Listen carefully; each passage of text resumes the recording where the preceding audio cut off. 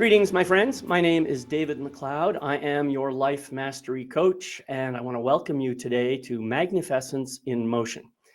You know, we're living through one of the most profound shifts in human consciousness. All around us, the old structures, the systems we were told to trust, the identities we were handed, and the narratives that defined our reality seem to be crumbling. In their place, a new awareness is dawning. For many, this process feels less like a gentle sunrise and more like an earthquake, shaking the very foundations of their being. It's a radical awakening. In this episode of MagnifEssence in Motion, which I'm calling a radical awakening, surprise, surprise, well, I'm thrilled to welcome Lorree Appleby, a certified radical life master coach and shamanic healing practitioner, who's going to help us navigate the core of this transformation. So please join me in welcoming Lorree to the program for the first time.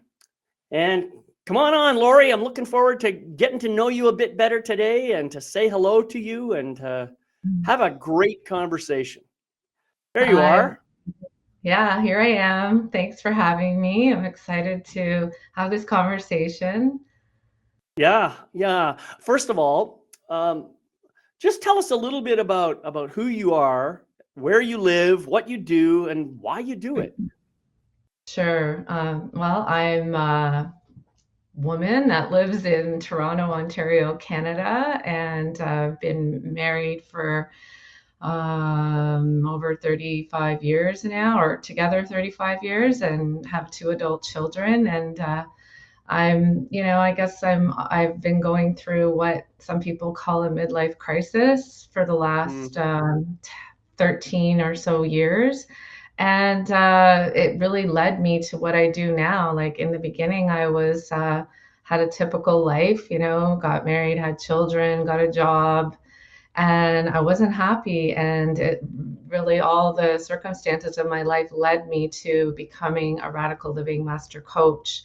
And it was very divinely guided. It wasn't something I planned. It wasn't something, I was just seeking my own relief to relieve the unhappiness that I, was experiencing in my life. And I knew that something had to give because it was really becoming serious in my mind that I was like mentally losing my faculties. That's how it felt often. So what I do is I help people to, like I say, forgive the past, reclaim our power in the present so that we can create our future, so we can be our true authentic selves and we can love life. As crazy as this world is, it's absolutely possible. And I'm a living testament, as so many others that use this modality for radical living that's been around for over 30 years. Well, first of all, thank you for sharing that. And what I'm noticing, a lot of people probably have similar story. I know my story was very similar. I went through my own midlife crisis. It sounds like such a cliche, but I think it's a very common thing. I think that anybody who's seriously interested in growing and expanding and becoming the fullest possible version of him or herself is probably going to go through some kind of transition period like that. And we use the word crisis, but maybe it's more like a crossroads. Maybe it's more like an opportunity to make some new choices. It certainly felt that way to me after I got through it all. So the other thing I wanted to mention, you use this word radical. I hear that a lot. Radical living, radical forgiveness. Tell me what that means to you and why it's so important. Yeah, absolutely. Radical, like it has a lot of meanings to different people, but as an adjective, it means to me and to the radical forgiveness community of getting to the root of the issue. So you're letting go of the norms and the status quo, and you're getting radical. You're getting right to the root of the cause. So it's very holistic in nature. Yeah. Well, that's interesting that you talk about root, because that very term radical in mathematics actually means to get to the root of the situation. There you go. That's exactly right. So I'm kind of surprised that this term radical, they've taken the mathematical meaning of it and applied it to this idea of forgiveness and living and all kinds of other stuff like that. It's kind of fascinating how that happens. Yeah, for sure. And radical forgiveness, just to give a little bit of backstory of it, was created by a man named Colin Tipping who passed in 2019, and he was a Course in Miracles student, and he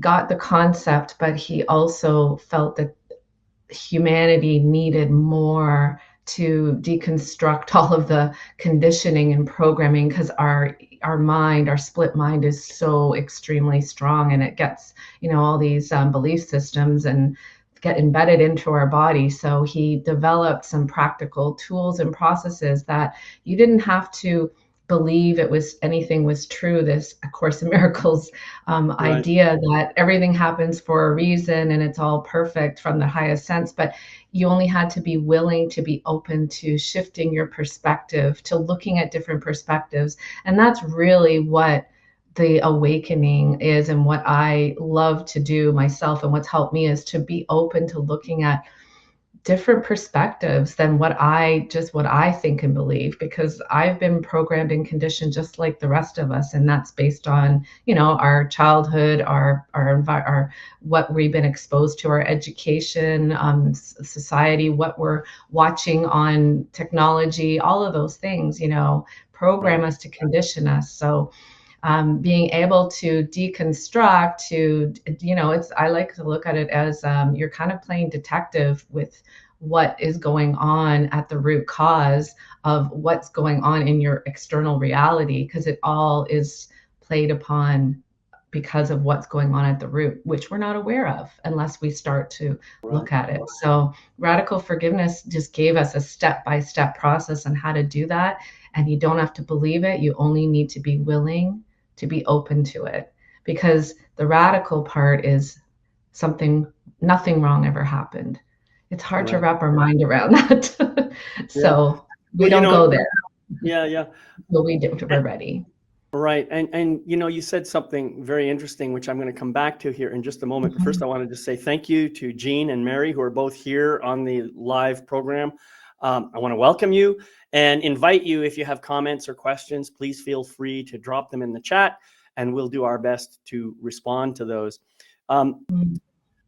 So, Lorree, you mentioned this idea, you don't have to believe it.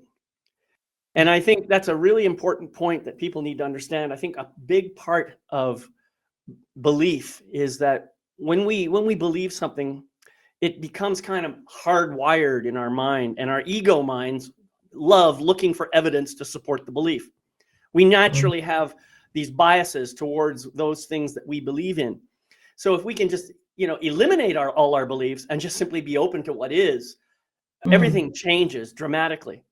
By the way, there's one friend of mine reminded me there's a very, very interesting word embedded in belief, and it's LIE. That's right. And that's the interesting thing about beliefs. It doesn't have to be true for you to believe it. Exactly. And this is something that people just don't get. If you believe something, that doesn't mean it's true. If you don't believe something, it doesn't mean it's not true. So just be very, very careful about associating truth values to whatever you believe in, and don't let yourself get too connected to it. Because if you're truly interested in growing and expanding and becoming all of who you really are, then you have to be open to the possibility that maybe you have some ideas that aren't quite right. And if that's the case, maybe some new evidence is going to show up that can help you change your mind a little bit and start seeing things with a whole new perspective. So thank you for bringing up that point, this idea of belief. Yeah, you don't have to believe it. No, not at all. Yeah, just and you can be skeptical even, and it still works. It's amazing. Right. And well, here's another, and I'm going to go on the opposite side of things. Skepticism is great, but don't be skeptical just for the sake of being argumentative or being skeptical. Make sure that what you're being skeptical about is, all right, I don't understand this. I want to ask some questions. I want to be open to the answers. I don't necessarily want to force my ideas onto the picture because I'm being skeptical. So we have to be really careful about that word too. Yeah, that's where the willingness comes in. You know, okay, I'm not quite there yet, but I'm willing to be open to knowing more information and seeing where this leads me. And that changed everything for me when I started to think in that way. Yeah. Well, I see Mary just asked a great question here. What about if we want to believe, but have a hard time believing because we are so wired to want evidence first before we can believe? How would you respond to that?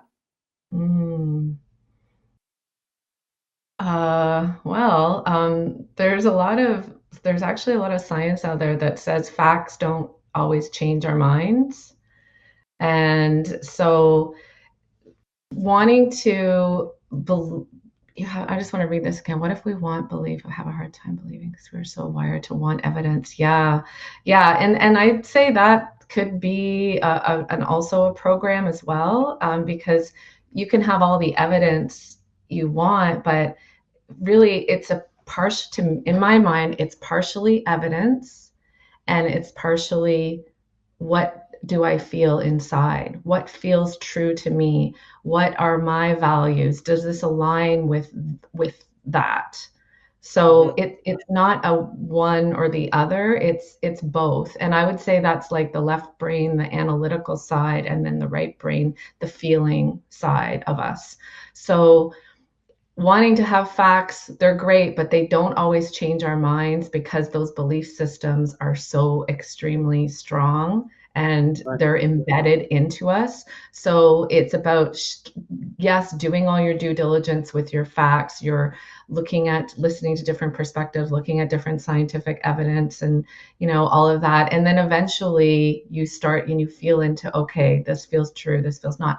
And honestly, I've come to the idea, this is my belief, that I'm never going to fully know the truth because truth is subjective. That's my truth, is your truth, it's so I'm always learning and growing. It changes and evolves as I change and evolve, and as we collectively change and evolve as a group consciousness. Right. So I hope that helps. Yeah, well, I think that's a great response. Yeah, I definitely have some opinions about what you were saying. I think I'll kind of hold those back for the time being. What I do want to say about Mary's question is, it sounds to me, the question, the way it's worded, it sounds to me like you may have a desire to believe in something for which there may not be any evidence. For example, belief in God, belief in a supreme being, belief in a higher consciousness. Yeah, that's a great question, and it's something that I think everybody has to deal with at some point or another. And I look at, for myself, here's what I do. I look at the universe and I see something just that is absolutely magnificent, and it's way beyond my ability to completely understand. But I have no doubt in my mind that there was some really supreme intelligence that somehow brought all this together. I just cannot, in my mind, justify a belief that it all happened at random, that it was just some, accidental thing. That just doesn't make any sense to me. And furthermore, I believe that there is evidence to support the idea of a supreme consciousness, or at least some level of consciousness that we don't necessarily understand. But because consciousness itself is so difficult to comprehend, how do we find the evidence to support our belief in it? You see, so it's a kind of a vicious cycle that we have to deal with. So you can believe something that may or may not be true with or without evidence. That I will say is, that to me is an objective truth, right? So yeah. I just want to put that out there. And thank you for the question. I love it that we get questions that stimulate further conversation. I think that's fantastic. Now, what I want to get back to here is this idea of awakening. The topic title today is A Radical Awakening. So what is it about awakening that you see that is radical in the sense, or how can we embrace that sense of radical awakening to make our lives better? Okay, so what we've been going through for the last 5+ years, I would say, has really been the radical awakening that's been happening. It's definitely been happening before that.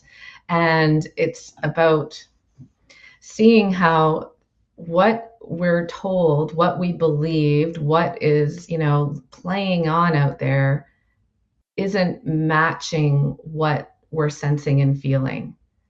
So the pandemic, there's lots of different people have different views about that, but we were made to, stay inside, not have connection with each other. There was a whole bunch of things told to us. There was a lot of fear. There's a lot of scarcity. There was a lot of worry about what was going to happen, about our mortality and all of that. That really radically awakened people for many different reasons. We questioned, am I going to be okay? Is my family going to be okay? Is my livelihood going to be okay? What we are being told, is this true or not? Is this ever going to end? Like, it really shook us up, and it created an awakening. There was a lot of propaganda, a lot of stories, a lot of truth, lies, all mixed in together. And we had to sort it out. And we're still sorting it out. We're still trying to make sense of it. So to me, that was really what created a big radical awakening within the consciousness. So to me, yes, of course, there were lots of terrible things that happened, and I'm not discrediting any of that, but for me it was a really good thing, because it really shook me out of going with the status quo, just going along. I was already shifting out of the people pleasing and the perfectionism and all that, but this took me to another whole level, because not knowing, knowing, okay, I have to go to the grocery store and I can only do this and I have to wait a whole week to do, it really got me, as an example, got me to think, how do I spend my time? What's most important to me? Who do I actually really, really want to see, and who don't I want to see? And it just, everything, I reevaluated it all. And what is most important to me? My health. What is, it made us look at everything in our life. And people made a lot of changes, a lot of relationships broke down, a lot of people quit their jobs, changed their jobs. People did massive life changes when that all occurred over the last several years, because of this radical awakening. So your last part was, how do we make peace with it? Is that what you were saying? Oh, I can't remember what I asked now. Yeah. That was 3 minutes ago.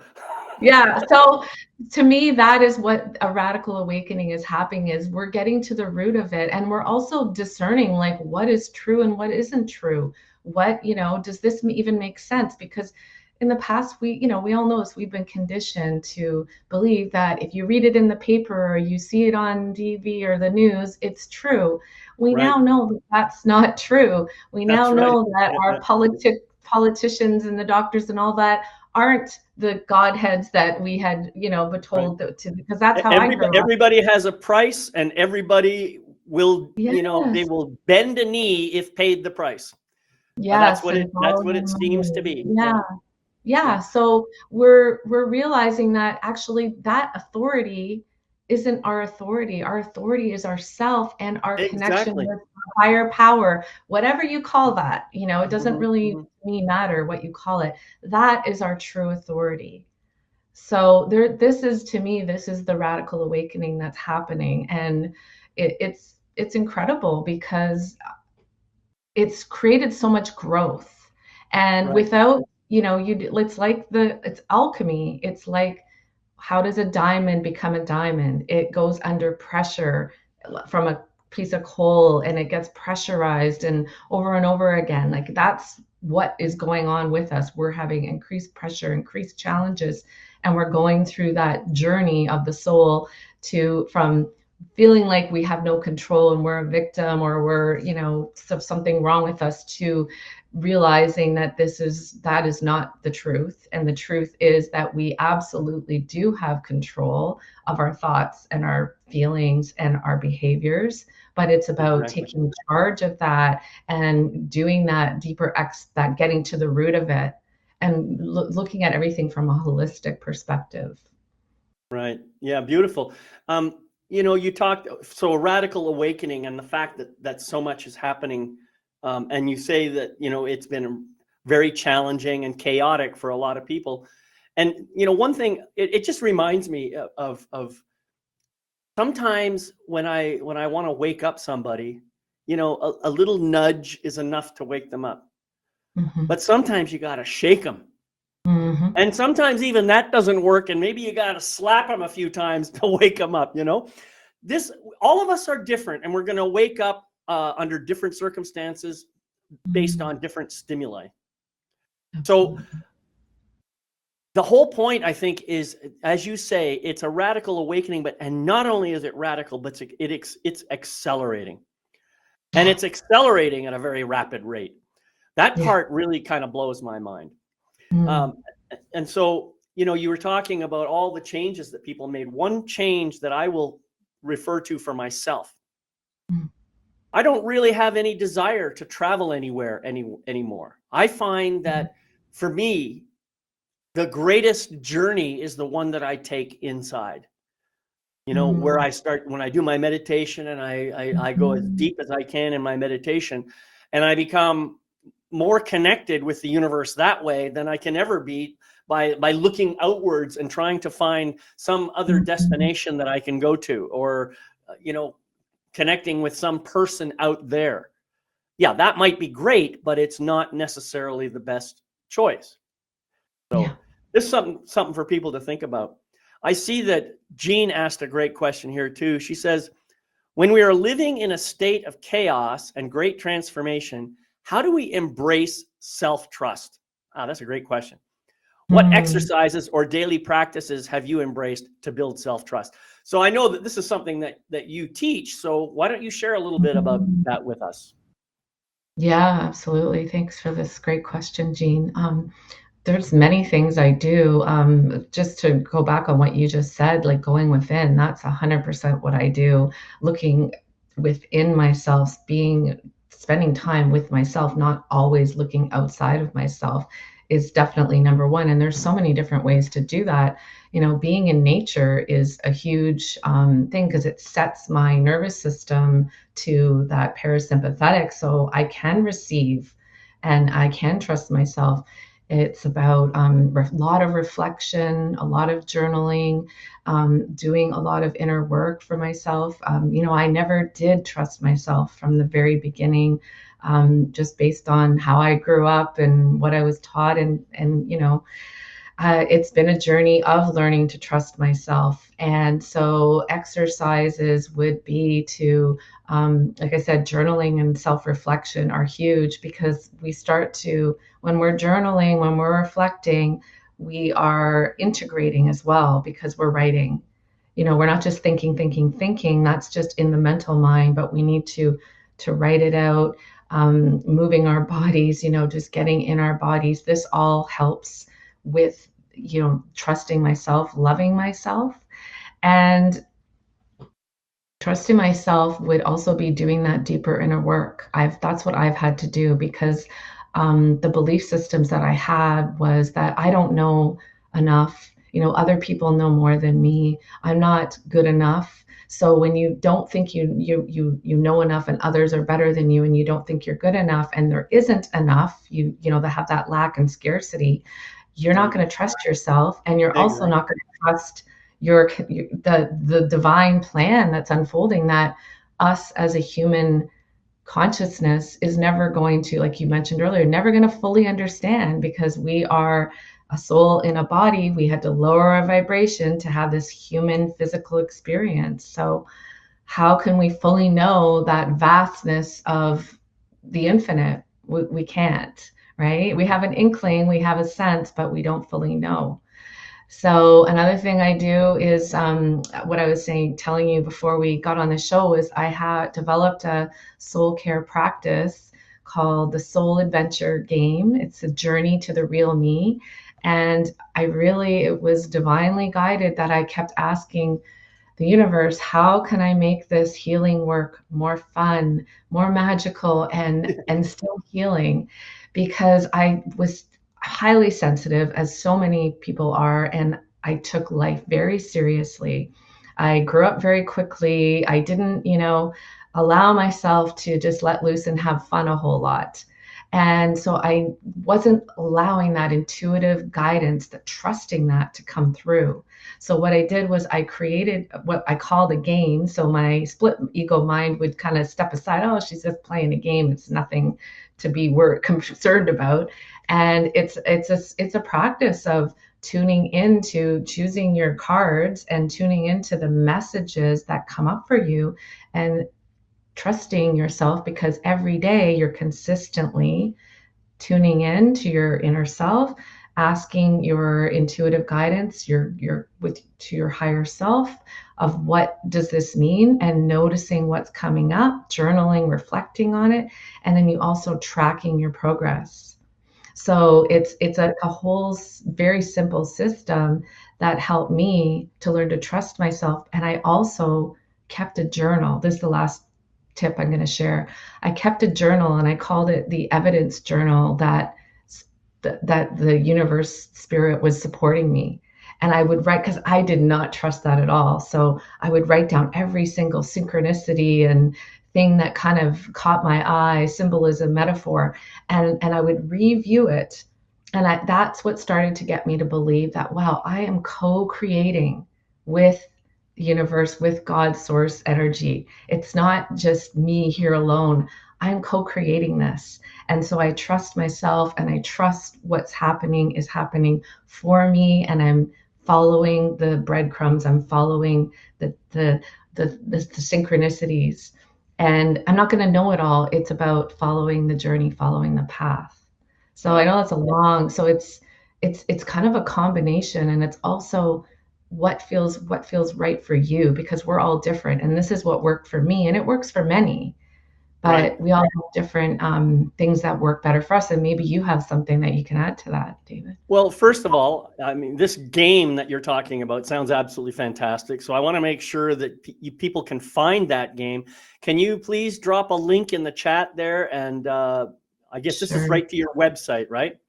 Yes, and it's called the Soul Adventure Game. It's Journey to the Real Me, and it's on my site. Let me just get back here and I'll pop it in the chat. So while you're doing that, I wanted to there you go. There's the ourpurposefuljourney.com. Easy to remember. And by the way, folks, that link is clickable. So if you click on that right now, it'll open up a new tab in your browser, and you can take a look at that while you're going, and then continue listening to us and save that tab for later. But what I wanted to say was this idea of self-trust. You hit it right on the nose, I think.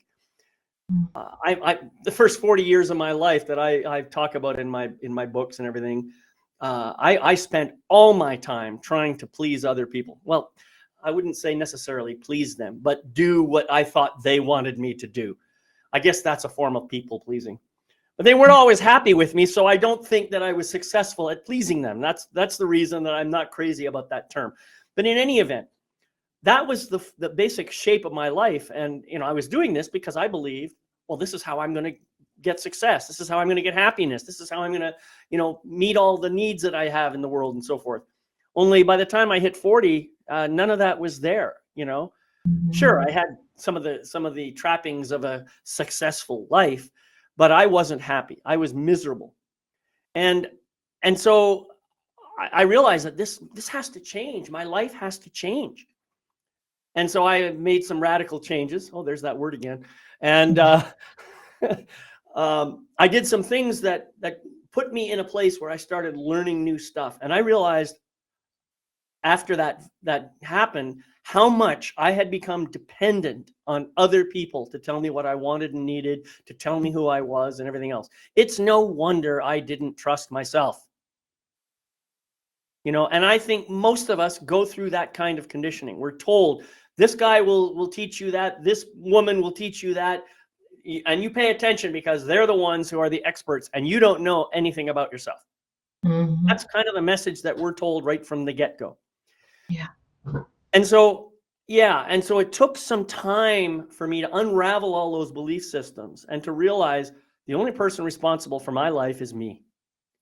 No one else is responsible for my life, even if they pretend to be. They're not. Period. Yeah. End of sentence. So I had to make some new choices, and I had to simply say, well, if I'm responsible for my life, then what do I have to do? Now, Mary brought up a great new question. How do you get comfortable with all the fear that keeps rising up? Well, I'll tell you, I don't have a good answer for that. I just had to deal with it. I had to say, okay, I'm scared because I have no idea where I'm going, what I'm doing. But I had this other thought in my mind, and I said, wait a minute. Everything I've ever tried to do, obstacles showed up, problems showed up, challenges showed up, and yet somehow I still managed to get through and get it done. And I remind my clients about this now every time I can. No matter what comes up in your life, if you are dedicated to what it is you are trying to do, you will find a way over it, around it, through it, or underneath it.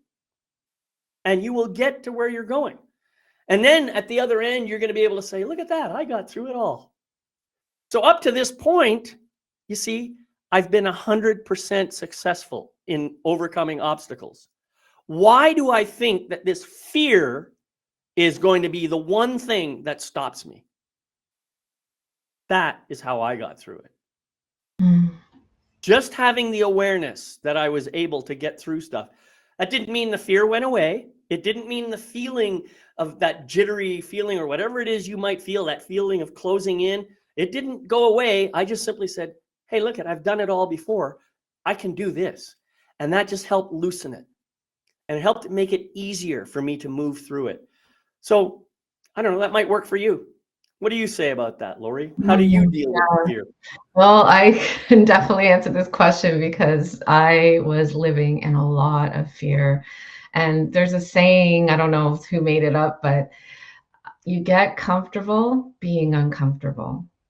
We are also conditioned to be comfortable, to, not feel, and I'm not, and I'm like, caveat here, deep complex trauma, work with a professional and ease yourself into it, but you are your own best authority and working with others that know. So what I did was I started to face those fears. I started to ask myself the questions, and I used the radical forgiveness tools and processes to help me to explore what my past was. Where were these beliefs and fears just that automatically came up? Where did they come from? How did they get started? And it all stemmed back to my childhood. And I could see how I was creating the pattern. So with the radical forgiveness tools, that you start out with those stories that are embedded in us, and we witness them and we validate them. And then all the feelings and emotions come up that are attached to it. And we start to see how we recreate the patterns of the feeling states, but with different situations. So you'll start to notice that we'll have patterns of, marrying the same type of person, having people betray us or abandon us, or whatever the root cause was. And you can always connect it back to the childhood of what we might not even remember happened.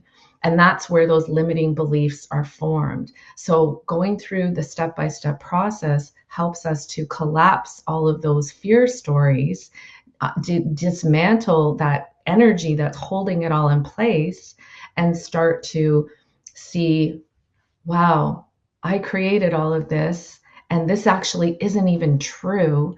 And then we start to create new stories. So there's a whole system, a simple step-by-step system that helps you to tell yourself a new story, because we're going to tell ourselves stories. So you might as well, you can tell yourself the story about the fear, or you can be empowering yourself and tell yourself what really feels like the truth.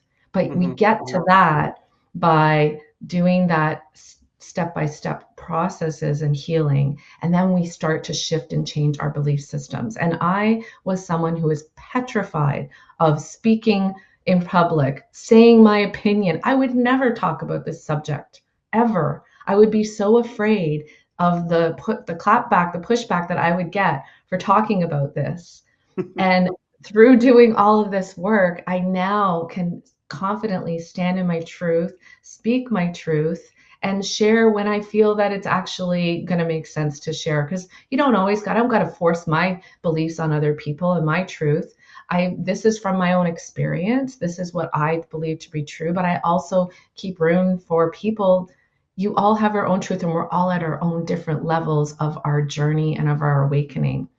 But this is how we start to feel worthy, because we are all loved, no matter what we've done, no matter what we haven't done, no matter if we've accomplished or not accomplished, all of it, every single one of us is loved because we are a fractal, come from source, creator, God, whatever you call it.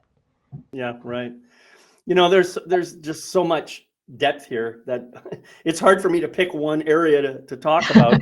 But I think what I want to say about this is that we come into this world with I believe, this is my belief now, and you can agree or disagree, that's your choice. I believe that we all make a choice from the spiritual perspective of coming into this life form as a physical being in order to experience some aspect of all that is. That's my personal belief. Now, in making that kind of, I don't like to call it a contract, but let's say we create a mission to come here and experience something. Now, in my case, I know what that was. I'm very clear on it now. My personal mission from the time I came into being as a spiritual soul, I guess I've always been in that spiritual sense, but my plan was, I want to really understand this idea of knowing the truth of who I am. And so when I came to this planet and started doing my thing as a physical human being, I completely forgot about that. It was, that's it. We're here now. Now what am I here to do? And guess what? All of the little details were already put in place. The very first major event that I had in my life was when I was 3 years old, and my mom was upset with me for something. And she says to me, "I know you better than you know yourself." Not really a bad thing for a parent to say to a kid, because it's, for most parents, it seems like a true statement, right? But what my mom didn't realize is that impacted me on a very deep level, because that was the trigger point that started me on this path to looking to others to find out who I really am. Yeah. Guess what I was doing in that process? I was forgetting who I really am. I was disowning myself. And it took 40 years before I realized that needed to change. And that's why now the most important thing in the world is to know the truth of who I really am. And I want other people to do that too. Guess what? I am now connected to that spiritual mission that I had articulated back, I don't know how many years ago. So all of us go through this process. We have something that we want to experience, and so we enroll other spiritual beings to participate with us. Some of them are going to come along and live, join us in the physical realm. Some of them might stay behind and support us from the spiritual realm. I don't really understand it all, but that's my big, 100,000 foot view of it. And so, some people have to come into my life in the physical realm and do horrible things to me in order for me to complete that experiment. And so nothing in this life is bad.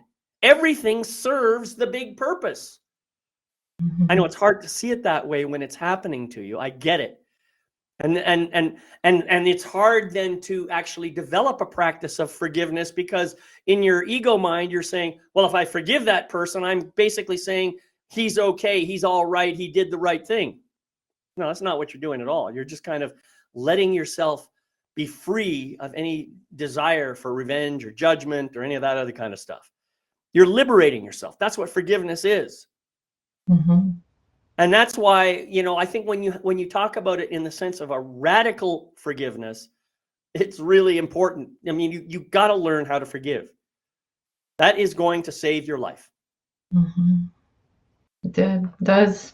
It's the key to everything. And it's nothing about it's not letting anyone off the hook. It's about radical forgiveness, about moving through that victim and perpetrator story, feeling the feelings that we stuffed, that were repressed, that are sucking our life force energy from us, that create disease and create depression and anxiety and all the things, and collapsing all of those fear stories so that we can get to the point of going, wow, I created all of this, co-created with other souls so that I could have the experience. And now I know the truth.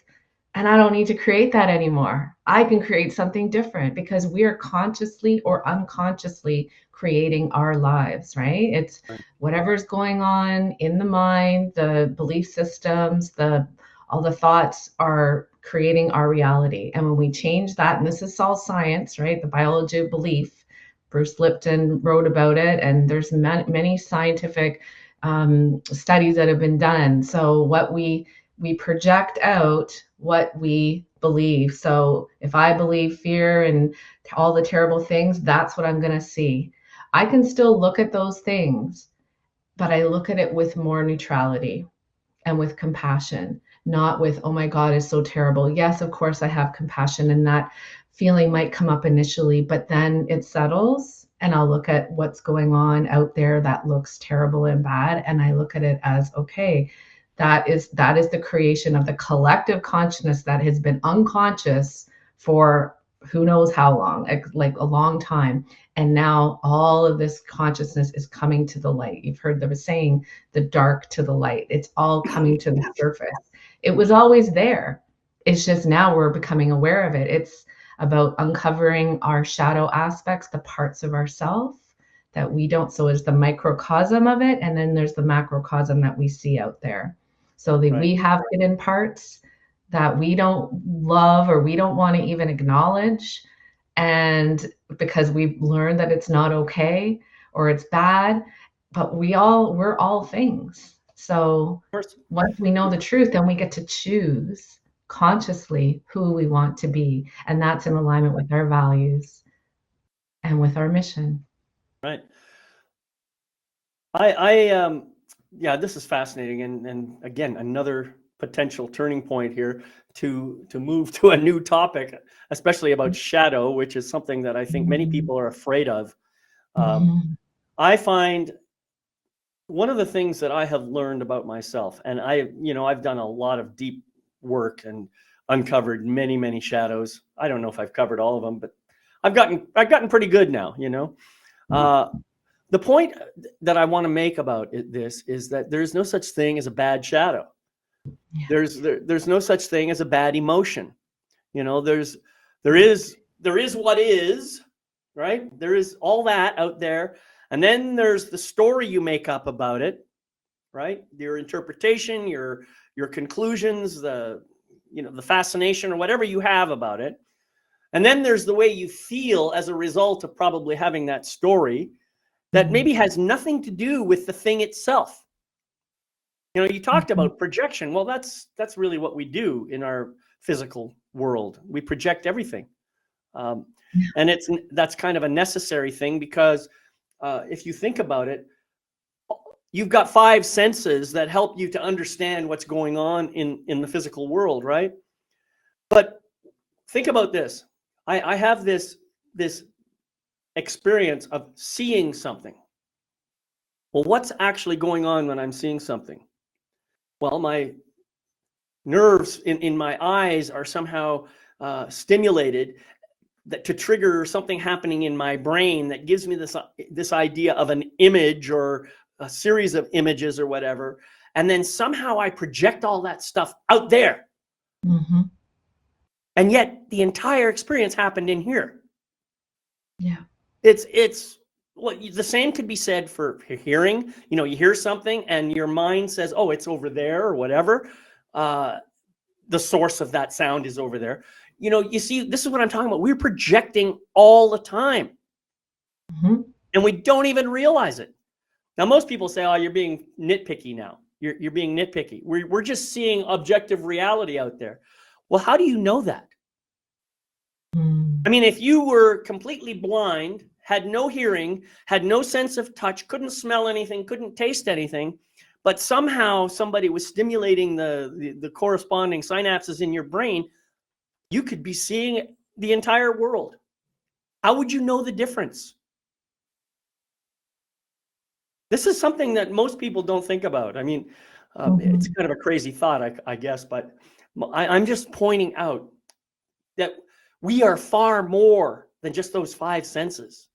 And there is far more to reality than the things that we can see and interpret and recognize using those five senses. As a matter of fact, some scientists are estimating that we get probably less than 0.1% of all energy coming to us through our five senses. And yet for us, it seems like a massive amount of information. So there's something much, much, much, much bigger going on here than we can possibly imagine. And we are connected to it. We are part of it. We are one with it. Mm-hmm. It's mind-boggling. And I've already gone way off script here. So I'm sorry. Well, But I it's think good. that's part of the radical awakening, isn't it? Yeah. Yeah. And then our sixth sense is coming online, like that intuitive knowing that and Yeah, but who all of says there's only 6? and there's more, I'm sure. Yeah. But like let's work with that one. Right. Yeah. Right? I mean, Because so intuition is a really big deal. For me, the other 5 senses kind of correspond to the body, and yeah. intuition corresponds more with the soul to me. That's my interpretation of it. Yeah. And it's my connection to source. Yeah. But we also sense it in the body, Right. right? That gut knowing or that intuitive seeing or that heart feeling, it's all I feel like they're all connected. Yeah. All Well, connected. okay. So I agree with you. They are indeed connected, but it seems to be, in my interpretation, in my experience, I don't know how to explain this quite right. So we all have feelings, right? Feelings are a combination of sensation, emotion, and thought. That's a typical example of a feeling. But when you bring intuition into the mix, intuition seems to be coming in from source to stimulate the feelings, the thoughts, and the emotions. Whereas the thoughts, the feelings, and the emotions don't seem to work in the opposite direction to stimulate intuition. That's the difference I'm trying to make here. Yeah. Yeah, I agree. Yeah. Yeah. Yeah. Intuition, there's the mental, then there's the emotional, and then there's that spiritual, which is it's that wholeness. So it Right. brings it all together. Right. Yeah. Yeah. And when we wake up our intuition, that's where the self-trust comes in. And the trust in all that is, that we are all interconnected and that we are so much more than just this physical body. And we are infinite, that the death is just what the body dying, and we are infinite and we are multidimensional, and the more I do this work, the more I truly believe that. But there was a time where I didn't believe that at all. Right. So it's an evolution. That's the journey of the soul that I see is moving from that, forgetting who we are and moving through all of the experiences and fully experiencing them, and then getting more remembering who we are into the truth of who we are, which is subjective. Right. Well, even quantum physics tends to agree with that basic idea. Quantum physics teaches us now that particles at the subatomic level are they seem to pop in and out of existence, out of this field of energy or whatever it is. They'll come into existence briefly, and then they'll go back into the field, and then they'll be done. Well, that's kind of like what we are in our physical form. You know, we emanate out of this beautiful, magnificent field of super consciousness, and we create little blobs of physical matter for a brief period of time. In the grand scheme of things, it's instantaneous. And we interact with each other for a while. We have relationships, we do things, we experience things, and all of it is geared towards this one idea. All that is experiencing itself as all that is, instead of just knowing itself as all that is. That's what it all comes down to. Yes. There's nothing more powerful than consciousness aware of itself. Yes. Exactly. I don't remember who said that, but it is true. Just observing is such a superpower. You know, just observing things with neutrality and connecting with that idea that you just said it just opens everything up for me. Yeah. And not only does it open things up, but you mentioned that when you activate intuition, you become more willing to be self-trusting. And I think that's true. But what I've noticed is intuition seems to happen automatically as I deepen my connection with all that is. And it's not even deepen my connection, but deepen my awareness of that connection. That would be more accurate. As I become more aware and more accepting and loving of that connection, then trust and all those other things, it almost becomes unnecessary. It's like, what do I need to trust for? Everything's perfect, you know? Or what do I need to be afraid of? There's nothing to fear. Sure, this body may disintegrate and go through some process that people call dying, but so what? I'm going to be merging back into that beautiful, amazing, boundless, supreme consciousness ocean. And that's going to be, man, I can't wait for it, really. Yeah. And that does really help with the fear. And then also I just want to add, like we're also humans. So when nothing really affects us till it personally affects us. And so, yeah, when we get to that point in our life where someone we really, really love dies, of course we're going to have feelings about it. Of course we're going to have those experiences. We're supposed to do that. We're supposed to, and we're supposed to be the human, but having an experience. But staying out of the fear is connecting with this observation and this neutrality and this presence that really we are connected to everything. Like what you were saying. So it's like, it's not one lens or the other, it's both, right? I like to look at both lenses through at the same time. Right. Yeah. And in fact, because we are all one, and that's not just a bumper sticker to me anymore. Now that I've had that visceral experience, because we are all one, there really is no you or me. We're just little temporary points of experience, but we are part of the same consciousness. It's like I have let's say a football or a soccer ball or something in my hand, and you're looking at this side of the football and I'm looking at this side of the football, and we see two different sides of the football, right? But if we rotate it around so that each of us can see the opposite side, we realize, oh, it's just one football. It's not like two different things, even though we have different perspectives of it. It's like the story of the 5 blind people trying to describe an elephant that they've never experienced before, and one person's at the tail and says, oh, it's a rope. The other guy's at the trunk and says something else. The one guy's at the leg and says, wow, it's a giant tree. This is how perspectives can affect the way we deal with things. So sometimes we just got to move around to a different part of the elephant. Yeah, there's so many perspectives. Yeah. So I guess we're getting close to the end of this. I want to make sure I cover all your stuff. So you've talked about holistic healing a little bit. Can you give us a little bit more about how we can use like this idea of healing generational trauma and how we can kind of bring ourselves back into the wholeness of being. Yeah, sure. Well, holistic healing is mind, body, and spirit. So it's about addressing all of it. So it's definitely a mental experience that we're going through, and our thoughts are very important because of the programming that we've already talked about. But then it's also all of those beliefs and stories live in our body. So it's also a somatic experience, a feeling experience. So when we do the radical forgiveness work, we're looking at what the thoughts are and what the experiences that we have, and then we're connecting with the feelings. It doesn't mean we have to go and revisit every single little thing, but we revisit what comes up.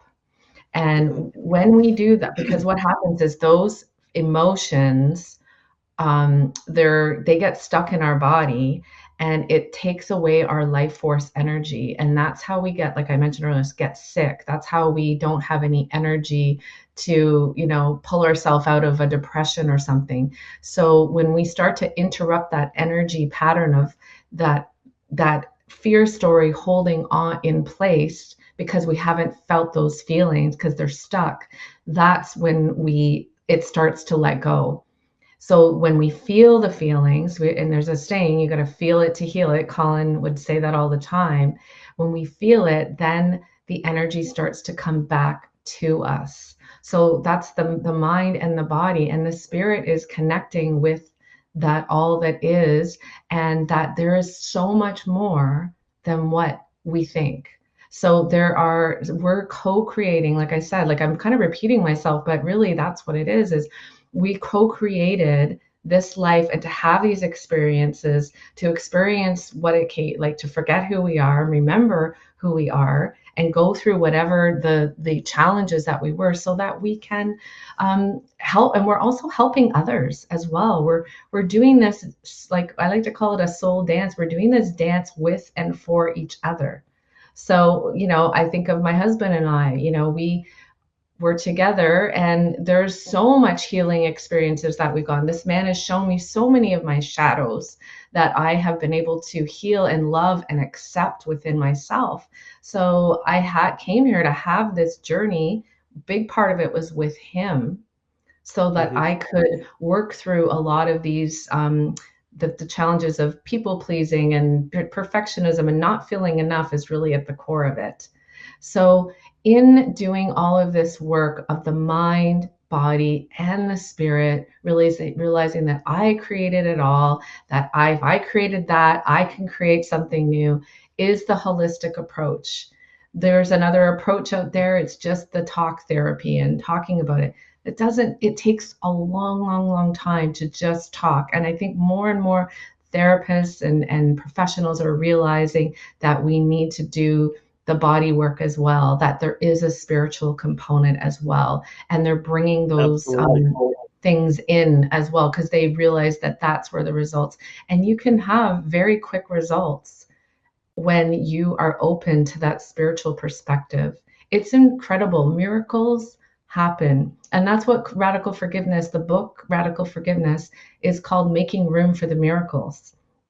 Because when you start working through that and shift that energy, it's sometimes boom, like this complete miracle. Something will happen in your life that you never would have imagined. The healing between another person or something just completely shifts because you freed up that energy, and everything started to change. So it's absolutely possible.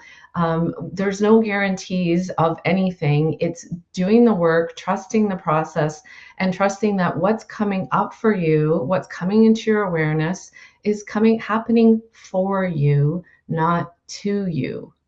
And that's the key. That's how the key of radical forgiveness is being willing to be open to that being true, that life isn't happening to us. That's what our split ego mind is going to say. It's happening for us.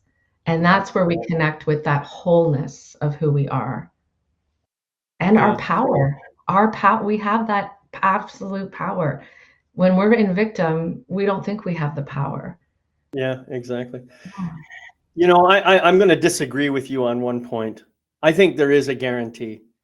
And I believe that how it unfolds is no guarantee. I'm just saying that there is a guarantee that you are a divine, magnificent, unlimited, sovereign, spiritual being of light and love. And 100%. everything that's happening in this universe is happening for you, as Lorree just said. So, and it's for the grander purpose, remember, of giving all that is the opportunity to experience itself as such, rather than just knowing itself as such. It's really important. That's hard to fathom if you haven't really done the work or whatever, but I guarantee you it's true. It's true. Yeah, so, and Lorree, this anything has been that absolutely works fabulous. does the same thing. I'm sorry, what's that? Anybody who's doing the work and that's done it will say the same thing. It's Of you course, have to do it to realize that truth. Yeah. And we call it work because there's some effort involved, but it's really not work in the sense that when you get to the other side, you get so much benefit out of it. It's like, wow, why didn't I play that game before? So you can think of it that way, it's a lot easier to deal with. Anyway, Lorree, this has been an absolutely fabulous conversation. I want to thank you for being here. Do you have any final words of wisdom you'd like to share before I close us out? Yes, I would like to just share that we're not only doing this for ourselves, but we're also doing it for each other. And I would also say, yes, first, always must do it for ourselves, love ourselves first, do this healing for ourselves. But when you do the healing work, when you do the inner exploration, when you become personally sovereign, meaning you're responsible and accountable for yourself, for your life, for your thoughts, your feelings, your beliefs, your behaviors, you are also the byproduct of that is that it actually affects others in a positive way. They still have free will choice to do whatever they want, but our energy, it actually affects each other. So when I do this work, I'm doing this not just for me or my family, but I'm doing this for all the generations behind me that didn't have this knowledge or capability, and all the ones before me. So it is so much of a bigger perspective of like, this isn't just for me. This is like my mission to spread this word, to do this work. And I know that I am creating massive change, but everyone gets to choose how they do it and when they do it. And that's the beauty of it, that we all are doing this journey and experiencing this journey in our own unique ways, but we're doing it for and with each other. Right. Beautiful. Well, thank you again, Lorree, for being here. It's been a pleasure sharing this space with you. I've just really enjoyed it. And thank you to the people that were here on the live show, and to those of you who are watching the recording. I want to say thank you as well. And before I close out, I just want to remind you, I have this little mantra that I share every episode, and I'm going to do it again. It's a mantra that helps me to stay connected to who I am and to stay in a place of gratitude. So it's real easy to remember. It's 3 sentences, and it goes like this. I gratefully forgive the imperfect being I have been in the past. I gratefully accept the magnificent being I am right now. I gratefully welcome the evolved being I am becoming in each new moment. So thank you, friends, for being here. I wish you love, light, and blessings on your continuing journey. And just a reminder that you can watch this show and every other on my website at MagnifEssence.com. See you next time on MagnifEssence in Motion. Bye-bye for now.